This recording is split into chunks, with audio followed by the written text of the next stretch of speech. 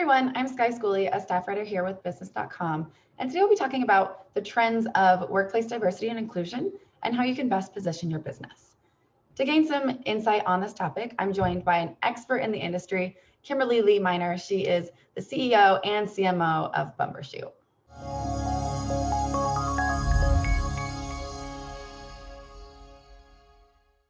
So we know that diversity and inclusion are incredibly important to the workplace, but it seems as though it's been kind of a hot button topic over the past year specifically. Can you give us a little bit of insight into what the current trends are regarding workplace diversity and inclusion?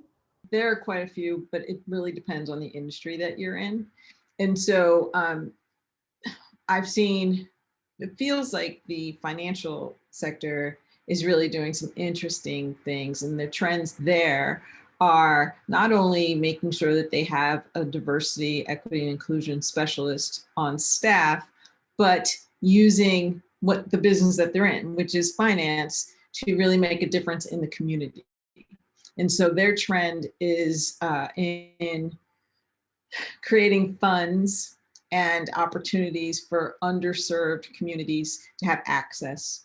And they're doing a lot in the terms of women and women of color to support whatever, whether it's starting a business or childcare, like something as basic as providing funds for childcare or education. And so I'm seeing that there.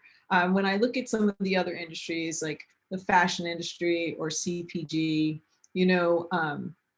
companies like P&G are not only outwardly facing doing work, but really focusing on their internal, their workforce. And across the board, again, with a DEI focus in hiring, they are releasing information on who's on their board and, where there's a gap, focusing on that.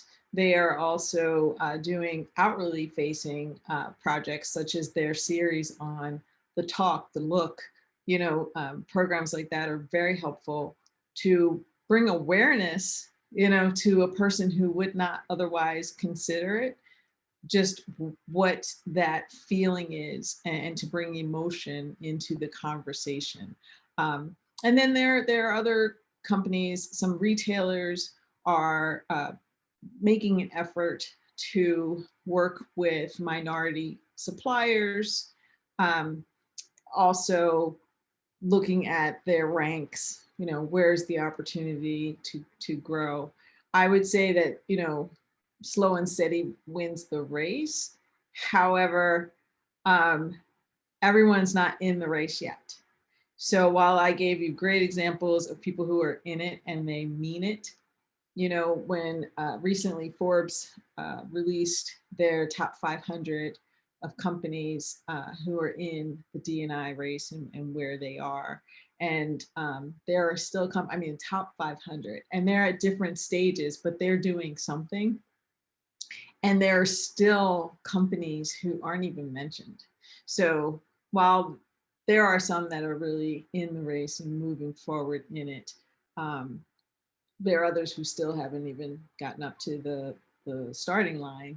So this work it takes a lot of energy, it takes focus, and it must be intentional, because it's really beyond diversity in the sense that a lot of these companies are diverse. They're diverse, especially if they are customer-facing companies where they have individual contributors, whether it's a bank or, many companies have individual contributors, and you see a lot of diversity in those ranks. It's where you get to manager that the diversity falls off significantly. And that's where the intention of making it available, making senior leadership, making management available to your individual contributors is so important, because that's where you really start to learn the real makings of running a business and understanding the financial side of it, the people management. That's where you get those skills so that you can continue to grow within that industry and within that company. And we're not seeing a consistent focus on that yet. that's definitely an opportunity. And for those businesses that maybe aren't yet in the race or don't quite understand, what are the benefits of creating a workplace, like you had said, that is not just diverse, but is also inclusive across the board? Well, diversity means a lot of different things, right? And there's been focus at different times, focus on gender parity, focus on LGBTQ, focus on ethnicity and race and disability.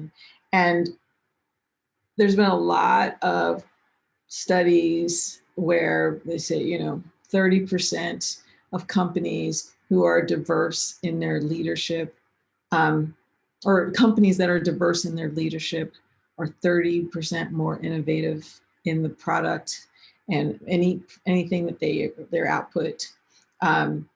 Companies that are diverse in their full team, or especially in their C-suite, are 20% more profitable. And so you can look at those numbers. The other thing that you need to consider is that our businesses are led by humans. And so outside of the profitability and the improved innovation, we also need to think about what the world is going to look like as we continue to move forward.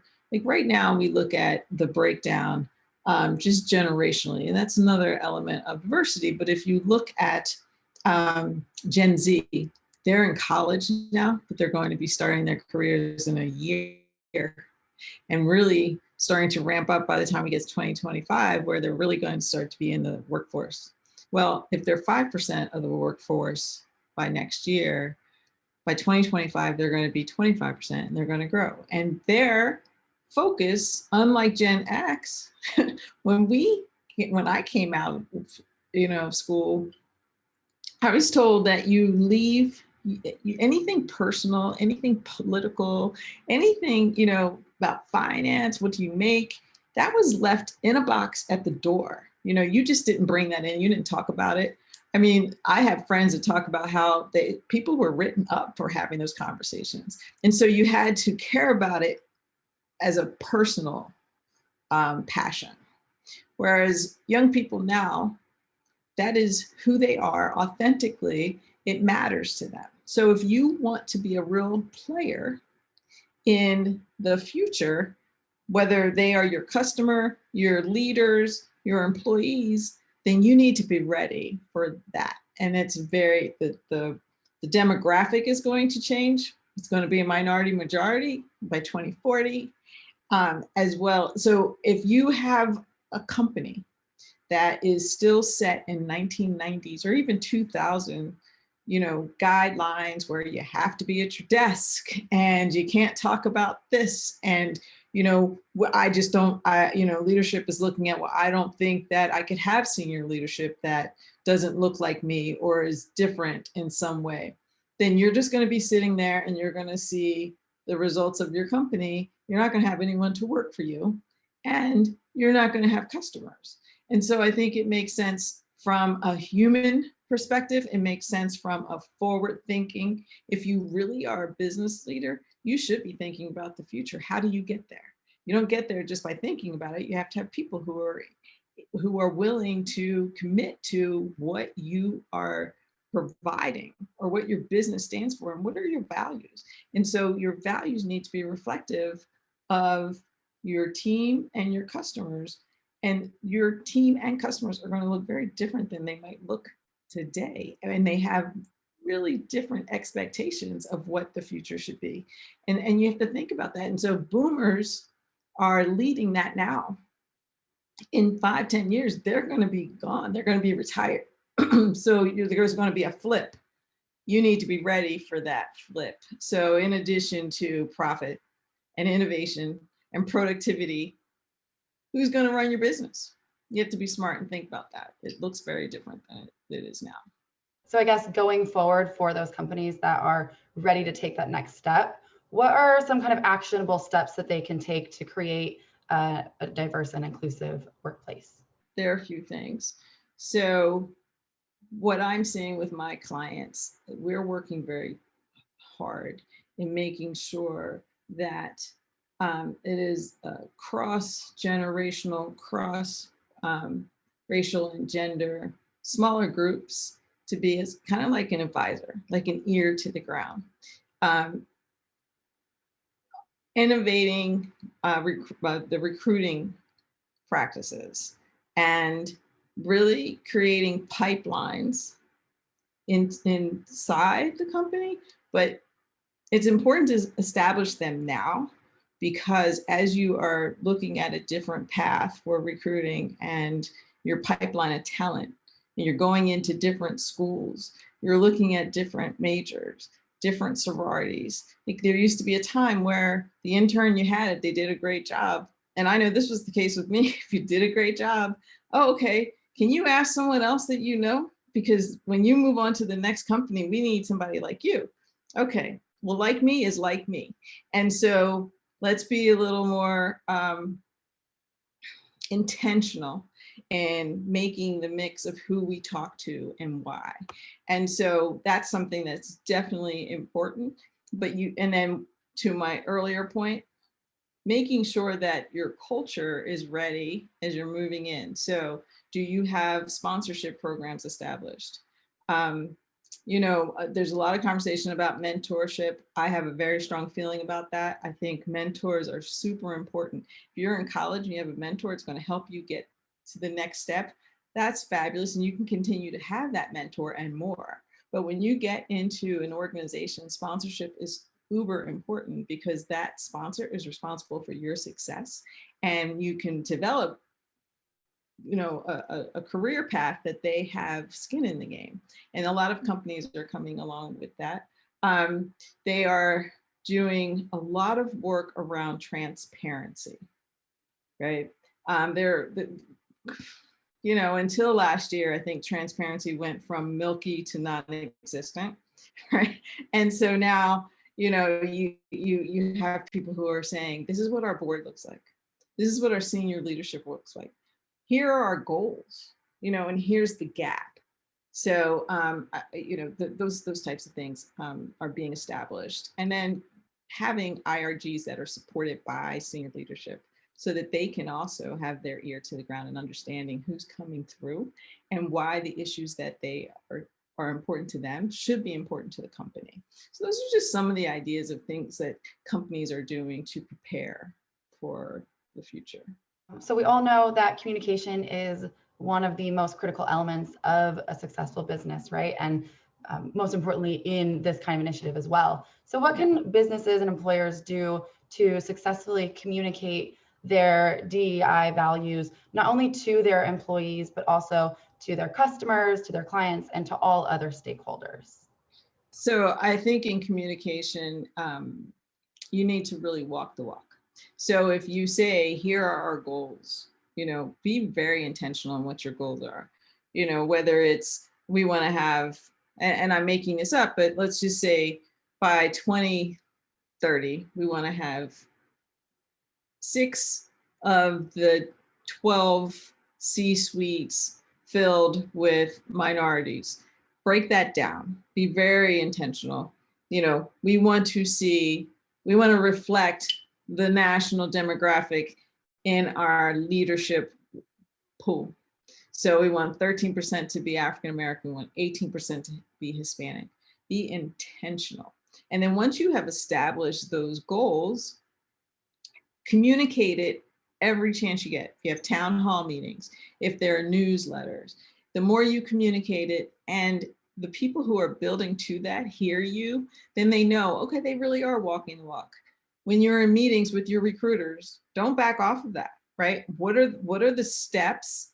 And be demanding as a leader, what are the steps that need to happen so that you can make sure that I'm hitting my goals, right? If every time I have an open position, if the pool does not reflect where I want to go, or we're playing catch up. So that means that the pool has to double where I want to go so that I can get there, and gives me so much incredible talent, then you're not doing your job, right? And so when you're communicating internally, definitely communicate the goals and make sure that every time you're talking about them, there is a clearly defined path to achieving those goals.